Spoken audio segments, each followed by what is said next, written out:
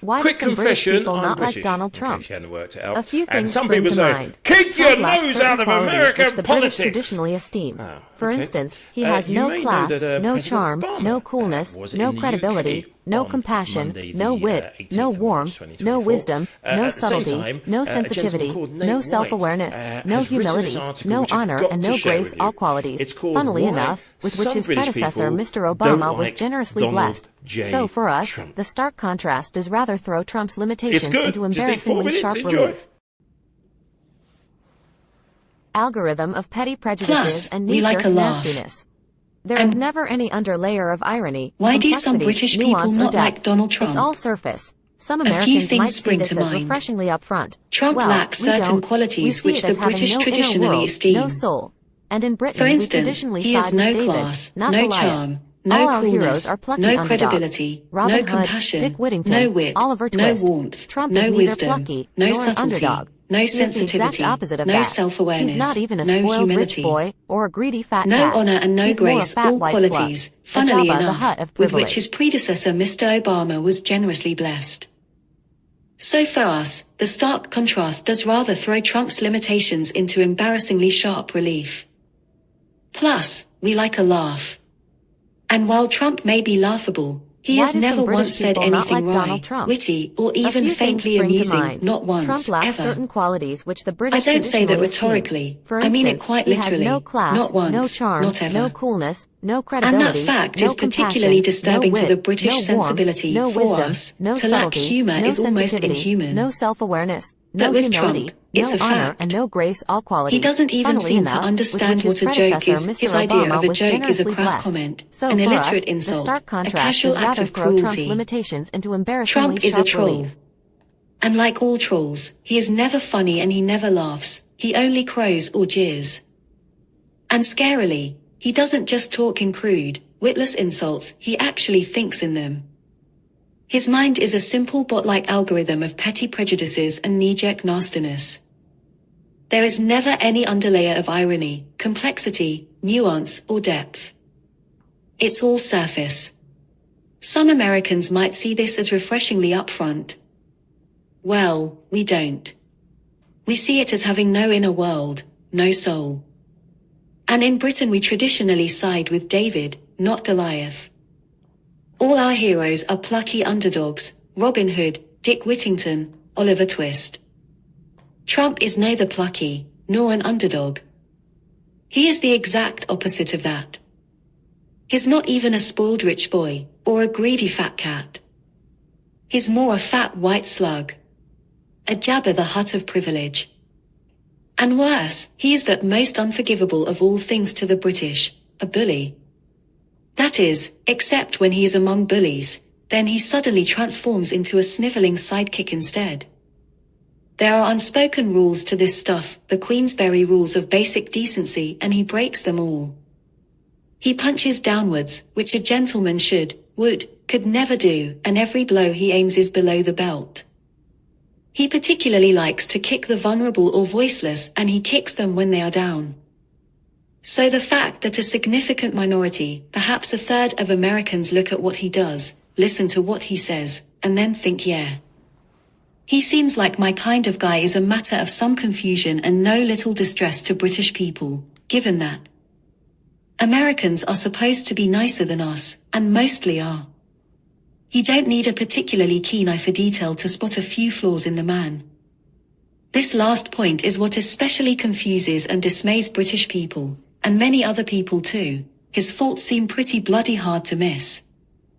After all, it's impossible to read a single tweet, or hear him speak a sentence or two, without staring deep into the abyss. He turns being artless into an art form. He is a Picasso of pettiness, a Shakespeare of shit. His faults are fractal, even his flaws have flaws, and so on ad infinitum. God knows there have always been stupid people in the world, and plenty of nasty people too. But rarely has stupidity been so nasty, or nastiness so stupid. He makes Nixon look trustworthy and George W. look smart. Plus, we In like a laugh. fact, if And while Trump Frankenstein may be decided laughable, to make a he has monster never once assembled said anything entirely wry, from human witty, or even flaws, he would faintly make a amusing, Trump. not once, ever. And a I don't say remorseful that Dr. rhetorically, I Frankenstein mean it would quite clutch literally. out big Not clumpfuls of once, hair not and ever. scream in And that anguish. fact is My God. particularly disturbing to the British What? sensibility for us. Have To lack humor is almost I inhuman. created? But with Trump, If it's a being a fact. twat was a He TV doesn't show, even seem to Trump would understand be what the a joke box is. His set. idea of a joke is a crass Nate comment, White. an illiterate insult, a casual act of cruelty. Trump is a opens troll, at 10 and Downing like all Street. trolls, he is Again? never funny and he never And here laughs. comes He only Ivanka crows or and jeers. John Bolton. And scarily, he doesn't just talk and in some crude, security. The witless National insults, Security he Advisor actually and thinks in Ivanka them. Trump, His mind walking is a across simple together. bot-like algorithm of petty prejudices and knee-jerk nastiness. Does that sound like some booing? Yeah, it does. And it's not for Ivanka, it's for John Bolton, and he loves it. He pretty much is looked at as somebody as the tough guy in that administration, and he loves. As far as the protests, I have to tell you, because I commented on it yesterday, we left the Prime Minister, the Queen, the royal family. There were thousands of people on the streets cheering. And even coming over today, there were thousands of people cheering. And then I heard that there were protests. I said, where are the protests? I don't see any protests. I did see a small protest today when I came, very small. So a lot of it is fake news, I hate to say. But you saw the people waving the American flag, waving your flag. It was tremendous spirit and love. There was great love. It was an alliance.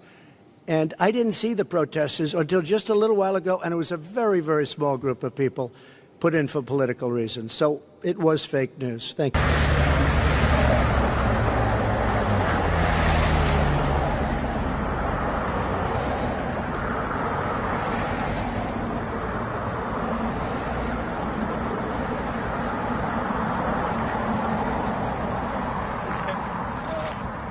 Morning in Trafalgar Square, where there were thousands of people gathered with signs, loud, very enthusiastic crowd.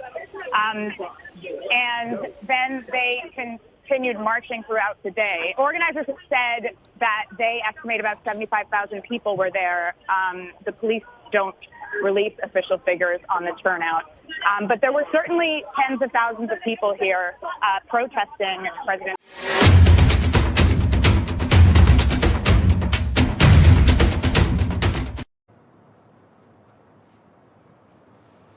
Well, images of pomp and ceremony as Donald Trump meets the Queen in the magnificent setting of Windsor Castle, the sorts of images that he will absolutely want people back in America to see, but happening simultaneously as he arrived at Windsor Castle with the First Lady, scenes of huge protest in central London too.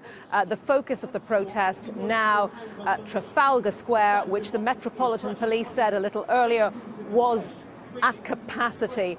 They were managing the numbers of people because of the crowds there protesting against the US President's arrival visit to the UK.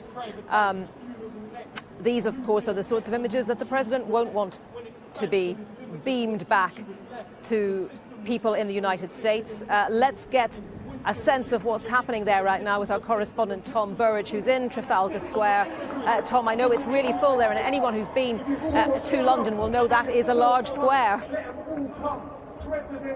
Yeah, it's an impressive turnout, Anita, and actually we've come down the main streets of central London to get here, and they were completely packed out as the protesters moved down, so certainly tens of thousands, possibly above that. It's a pretty relaxed atmosphere, a lot of people having fun. Let's chat to three Londoners who've come in. I've spoken to people who've come in from North Wales and Brighton and places like that.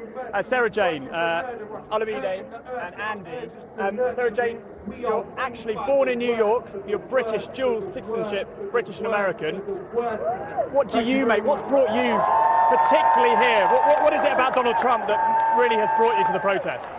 Well, I don't even want to, it's not about Donald Trump, it's about the morals that the policies and the misogyny, the racism that he represents. I don't even want to give him the respect of it being about him. I've come to say that we don't believe in any of these things, racism, misogyny, separating children from their mothers, all of this kind of thing. Well, I mean, is he really racist? I mean, he has people from diverse backgrounds in his team. Is it really fair to call him racist? Does he?